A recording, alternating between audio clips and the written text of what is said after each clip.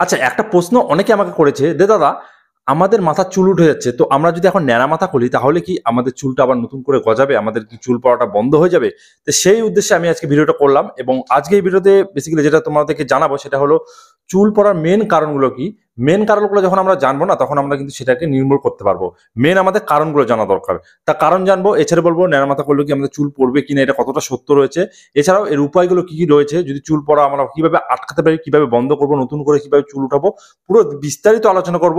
তো সেই জন্য অবশ্যই ভিডিওটা তোমাদেরকে শেষ পর্যন্ত দেখতে হবে, আর এরকম ভিডিওর জন্য অবশ্যই চ্যানেলটিকে সাবস্ক্রাইব করে পাশে বেল আইকনে প্রেস করে দেবে। আর কোনো রকমের যদি প্রশ্ন থাকে অবশ্যই ইনস্টাগ্রাম আইডির উপরে দেখতে পাচ্ছ, এই আইডি লিখে সার্চ করবে, কিংবা নিচে ডেসক্রিপশনে লিঙ্ক আছে, অবশ্যই কিন্তু সেখানে তোমরা ফলো করতে ভুলবে না। তো চলো মেন ভিডিও টপিকে এবার আমরা চলে যাই।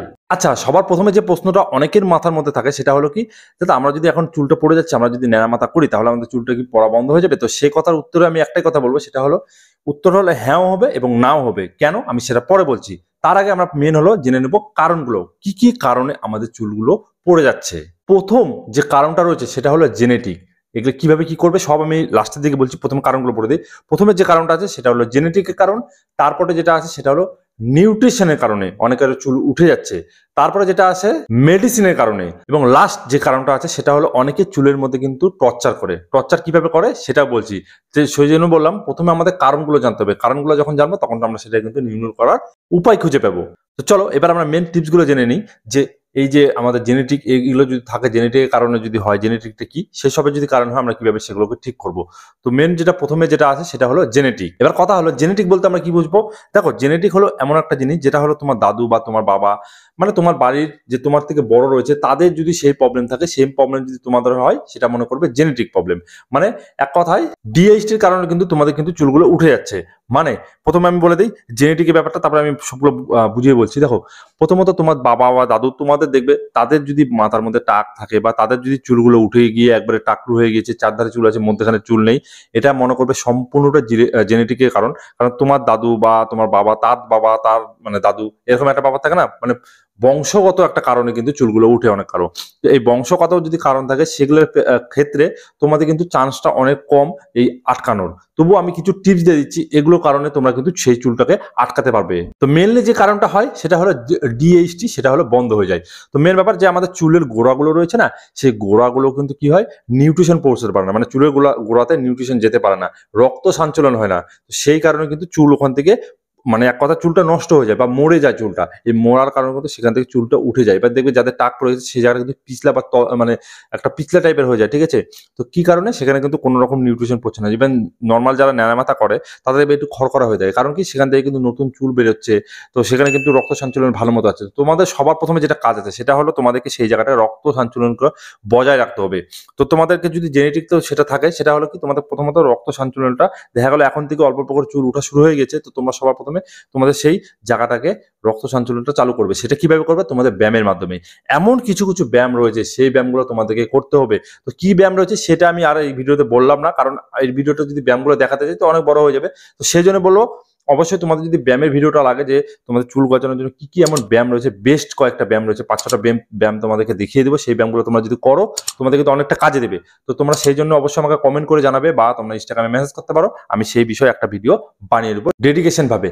দেখো, এই না যে আমি ব্যায়ামগুলো যদি তোমাদেরকে দেখিয়ে দিই, আজকে তোমাদেরকে দেখালাম, কালকে তোমাদের কিন্তু চুল গজাবে এরকম না। তোমাদেরকে কয়েক মাস ডেডিকেশন ভাবে করতে হবে। মানে তোমাদেরকে কিন্তু 3-4 মাস প্রথমত হাতে রাখতে হবে, পেশেন্ট রাখতে হবে, তারপরে কিন্তু ধীরে ধীরে তোমাদের দেখবে ওই জায়গাটা থেকে চুল বেরোচ্ছে। আরো কিছু টিপস আছে, সেগুলো তোমরা আগে জানো, সেগুলো তোমাদেরকে কিন্তু অ্যাপ্লাই করতে হবে। তারপরে আমি 2 নম্বর যেটা বলেছিলাম সেটা হলো কি নিউট্রিশনের কথা বলেছিলাম। হ্যাঁ, নিউট্রিশনটা একদম ইম্পর্টেন্ট। আমাদের প্রত্যেকটা শরীরে, আমাদের কিন্তু শরীর গ্রোথ করতে যে কোনো আমাদের কাছে কিন্তু নিউট্রিশনটাই আমাদের চলায়। আমাদের যখন আমরা গুড নিউট্রিশন যখন না নেবো তখন কিন্তু চুল আমাদের ওঠার সম্ভাবনা শুরু হয়ে যায়। তো তোমরা অনেকে কি করো, ঠিক মতো কিন্তু প্রপারলি নিউট্রিশন নিচ্ছ না। তো আমি এই ক্ষেত্রে বলবো তোমাদের নিউট্রিশনটা ঠিক করতে হবে। যদি বলো নিউট্রিশন কি, তোমরা একই রকম যদি খাবার খেতে থাকো সেটাতে কিন্তু হবে না।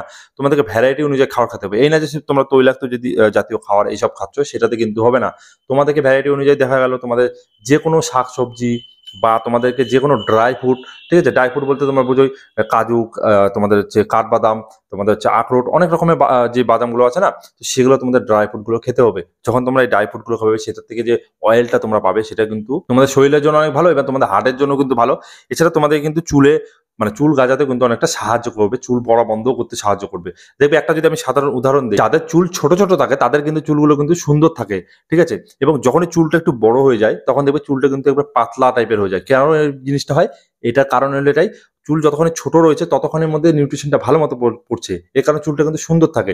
যখন চুলটা বড় হয়ে গেল, নিউট্রিশনটা কম যখন নেবে তারা, তখন কিন্তু চুলে কিন্তু পাতলা হয়ে যায় চুলটা, এবং ওখান থেকে কিন্তু চুল উঠতেও শুরু হয়ে যায়। তো এই জন্য বলবো নিউট্রিশনটা তোমাদেরকে মাস্ট নিতে হবে। এছাড়া তোমরা বাইরে যত রকম খাবার আছে সেগুলো যত পারবে অ্যাভয়েড করবে।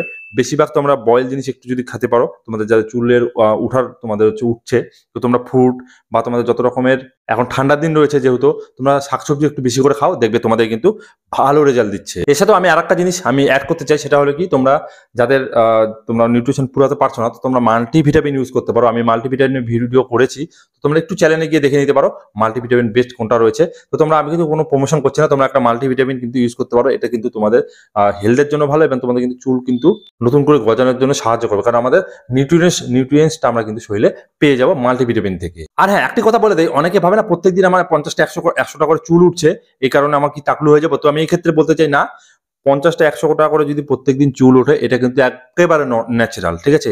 কারণ কি, চুলের যখন বয়স পুরনো হয়ে যায়, 5 বছর 6 বছর একটা চুলের যদি বয়স হয়ে যায়, অনেকদিন ধরে দেখা গেল তোমরা কোনো চুল কাটো না, মানে তোমাদের হচ্ছে ন্যাড়া মাথা তোমরা করো না, এক্ষেত্রে তোমরা যখন বয়স হয়ে যায়, মানে চুলটা যখন বয়স হয়ে যায়, সেই চুলটা ঝরে পড়ে যায়, আবার কিন্তু সেখান থেকে চুল বের হয়। অনেকে ভয় পায় যে 50টা 100টা করে চুল উঠছে, তো এক্ষেত্রে আমি বলবো এটা কিন্তু কোনো ভয় পাওয়ার কারণ নেই, এটা ন্যাচারাল হতেই, মানে সবারই হয় এটা, ঠিক আছে? তো কোনো, দেখবে সবার একই টাইমে না, কারো কারো কোনো মাসে দেখবে খুব চুল উঠছে, তখন কি হবে, সেগুলো পুরোনো চুলগুলো মানে এক কথায় পড়ে যাচ্ছে। দেখবে যখন নতুন কেউ জন্ম নেয় কোনো বাচ্চা, তখন দেখবে কি হয়, বাচ্চা কিন্তু মাথার পুরোপুরি কিন্তু চুল হয় না। তখন কি হয়, দেখবে কোনো জায়গায় চুল একটু বেশি হয়েছে, কোনো জায়গায় চুল একবারে ওঠেইনি মধ্যের দিকে। তো এই কারণে কি হয়, যে পুরোনো চুলগুলো, যে প্রথমে যে চুলগুলো বেরোলো, সেই চুলগুলো বয়সটা বেশি, এবং যখন পরে বেরোলো সেগুলো কিন্তু বয়সটা কম। তো সেই জন্য কি হচ্ছে, আমাদের কিন্তু যখন বয়সটা হয়ে যাচ্ছে, যখন বড় হয়ে যাবে, তখন কিন্তু পুরোনো চুলগুলো আস্তে আস্তে উঠে যাচ্ছে, 50টা 100টা করে উঠে যাবে, আবার সেখান থেকে কিন্তু চুল গজাবে। যেমন গাছেরও যদি আমি একটা উদাহরণ, গাছেরও দেখবে তোমাদের কিন্তু পাতাগুলো পড়ে যায়, আবার কিন্তু নতুন পাতা গজায়। এক্ষেত্রে তোমরা যতই সার টার যা দাও, সেটা কিন্তু আটকাতে পারবে না, সেটা কিন্তু হতেই থাকবে। তো এটা একটা ন্যাচারাল প্রসেস, তোমরা এটাকে আটকাতে পারবে না, আর এটার জন্য ভয় পাওয়ারও কোনো কারণ নেই। এক্ষেত্রে অনেকে বলে যে আমরা ন্যাড়া মাথা করবো কিনা, তো ন্যাড়া মাথা করে কোনো রকম কাজ নেই। দেখো, তারপরে যে ব্যাপারটা চলে আসে সেটা হলো মেডিসিন। হ্যাঁ, অরিজিনাল, মানে সত্যি কথা, যাদের অনেকদিন ধরে কোনো রকম অসুখ রয়েছে, অনেকদিন ধরে টানা ওষুধ খাচ্ছে, তো তাদের কিন্তু চুল ওঠার সমস্যা হতে পারে। তো এটা বলবো, যদি তোমরা ডাক্তারের কাছে শুনে নিতে পারো যে এই ওষুধটা খেলে কি আমার চুল উঠবে কিনা, ডাক্তার কিন্তু সেটা বলেও দেবে। তো তোমরা এর সাথে ডাক্তারের হেল্প নিতে পারো, ডাক্তার কোনো এটার উপায় বলে দিবে।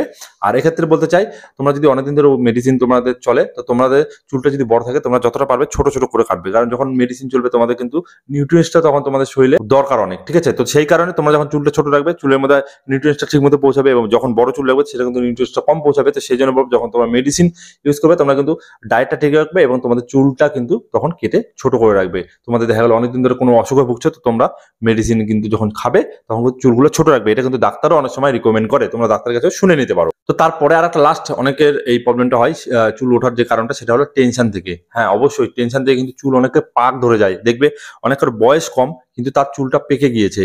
কি জন্য এটা হয়? এটা হলো টেনশন থেকে হয়। টেনশন থেকে আমাদের কিন্তু শরীরে অনেক রকম রোগ ব্যাধি হয়, এবং আমাদের কিন্তু মানসিক অনেক রকম চাপ যখন থাকে না, আমাদের যেটা হওয়ার না সেটাও কিন্তু হয়ে যায়। তো সেই ক্ষেত্রে বলবো, টেনশন তোমাদেরকে কম করতে হবে, যত পারবে টেনশনটা কম করবে। টেনশন যখনই করবে, তখনই কিন্তু আমাদের যে হরমোনাল আছে শরীরে, সেটা কিন্তু ডিসব্যালেন্স হয়ে যায়। ডিসব্যালেন্সের কারণে কিন্তু আমাদের শরীরে নানান রকম প্রবলেম দেখা যায়। তো সেই জন্য বলবো, যতটা পারবে টেনশন কম নেবে, আর যেই কথাগুলো বললাম, যে টিপসগুলো দেবেন, সেগুলো তোমরা ফলো করবে, তোমাদের 100% চুল ওঠা বন্ধ হবে, বা নতুন করে তোমাদের চুল উঠবে। আর চুল ওঠার জন্য তোমরা কি কি মাখতে পারো সেই বিষয়ে আমি এই ভিডিওতে বলছি না, আমি মেনলি কারণগুলো তোমাদেরকে বলছি, আর কি জন্য হতে পারে। তোমরা সেগুলো স্টপ করো বা সেগুলো তোমরা চালু করো, সেগুলো থেকে তোমরা কিন্তু ভালো রেজাল্ট পাবে। আশা করি আমি পুরোপুরি বুঝাতে পারলাম। যদি কোনো রকম বুঝতে না পারা, অবশ্যই আমাকে ইনস্টাগ্রামে ফলো করে মেসেজটা করতে পারো। আর হ্যাঁ, কোনো ভালো বা খারাপ অবশ্যই তোমরা কমেন্টের মাধ্যমে জানাতে ভুলবে না। তো চলো, আজকে মতো কি, সবাই ভালো থাকবে, সুস্থ থাকবে। Thank you, take care, bye by.